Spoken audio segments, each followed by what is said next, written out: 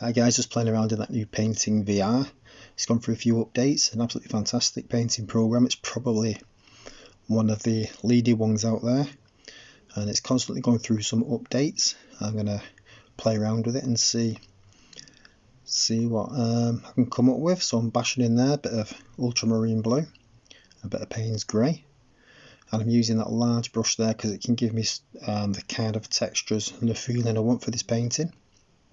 I've got no particular order or method I'm doing this. I'm just basically attacking the canvas, or the virtual realities canvas. I'm going to see how it turns out, and I've bashed it up, laid it and laid it and laid it using that brush there. Now I'm pulling out some highlights. I'm going to try and get it to represent the sea and try and get it to look really angry. I'm going to drop a bit of red in there as well, so it's like a really stormy effect. And anyone who's not got this program, I highly recommend you get it. I'm going to pull out some details in those waves there. And the good thing about this program, you got nice control over the brushes, so you can make the paint translucent, and it mixes really well. So you can start off light and build it up gradually.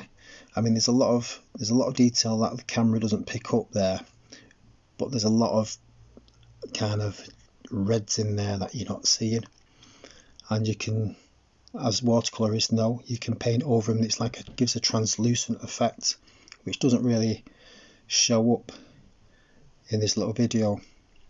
I bashed some rocks in the sides there. I'm going to try and get them to represent rocks, and I think it's come along quite okay. I think it's kind of giving the effect I want, and I'll just dab them in there with that straight brush there. And what I generally do is I generally go over it and pull out highlights and details and put in shadows and darks, and it's kind of giving the feeling that I'm after. So you can pull colours out as well with these paintbrushes. They are quite good. The control over the brushes are quite good. There's not really, I can't really complain about them. And you've got an undo feature, so if you make a mistake you don't like, you can undo it. I think you only get about three or four goes at that. But it's a really nice program, so it was well worth getting that lighthouse there. I'll just put a bit of details, a bit of what can represent the angry sea smashing against the rocks. And you can also take the canvas off the easel and you can put it on the wall at the back and make it as big or as small as you want, which is quite good, which I'm going to do in a minute. And the control of the brushes, it used to be a little menu that you used to go into, but now you can do it straight from your hand, and you can twist your hand to choose different menus. I'm just putting in a few highlights there, putting in a few shadows, and then picking the colours off the painting as I go along. There we go, stick a bit more. See there, I pick the colour off the canvas, and I can just whap it in there, and it gives you the same overall colour and feeling, rather than you having to keep mixing colours or go into a palette.